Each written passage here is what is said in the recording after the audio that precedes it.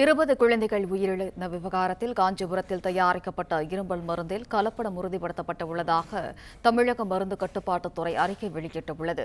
கூடுதல் விவரங்களை வழங்குகிறார் செய்தியாளர் முனாஃப். வணக்கம். என்ன விவரம் முனாஃப்?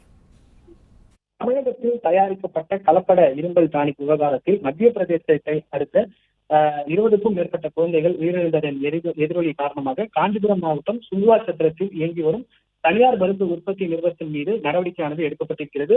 2 நாட்களில் பகுப்பாய்வு செய்து இரும்பல் மருந்து பொருளின் கலப்படம் உறுதி செய்யப்பட்டிருப்பது நாட்டிலே இதுவே முதல் முறை தமிழக மருத்துவத்துறை கட்டுப்பாடு தரப்பில் அறிக்கையானது வெளியிடப்பட்டிருக்கிறது. குறிப்பாக மத்திய பிரதேச சுகாதாரத்துறை சார்பில் கடந்த அக்டோபர் 1ஆம் தேதி தமிழக மருந்து கட்டுப்பாட்டுத்துறைக்கு அனுப்பப்பட்ட தகவலின் அடிப்படையில் காஞ்சிபுரம் மாவட்டம் சுங்குவா சத்திரத்தில் இயங்கும் தனியார் மருந்து உற்பத்தி நிறுவனத்தின் மீது சோதனை செய்யப்பட்டது.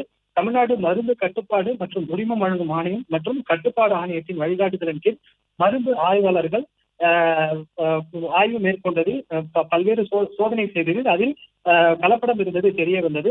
குறிப்பாக 1945 மருத்துவ விதியின் சட்டத்தின் மீறி சம்பந்தப்பட்ட நிறுவனம் தயாரித்த இரும்பல் மருந்தில் பல்வேறு குளறுபடிகள் கண்டறியப்பட்டிருக்கிறது. அதாவது மருந்து தயாரிக்க பயன்படுத்தப்படாத பொருட்கள் ஒரு துணை பொருளாக பயன்படுத்தி தயாரிக்கப்பட்டது உறுதி செய்யப்பட்டிருக்கிறது.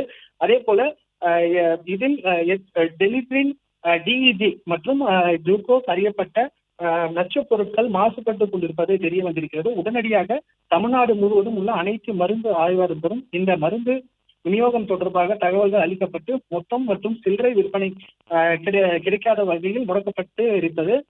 பிளே ஸ்டோர் மற்றும் ஆப் ஸ்டோரில் இருந்து பாலிமர் செயலியை QR கோடு மூலம் பதிவிறக்கம் செய்யுங்கள். செய்திகளை உடனுக்குடன் பெறுங்கள்.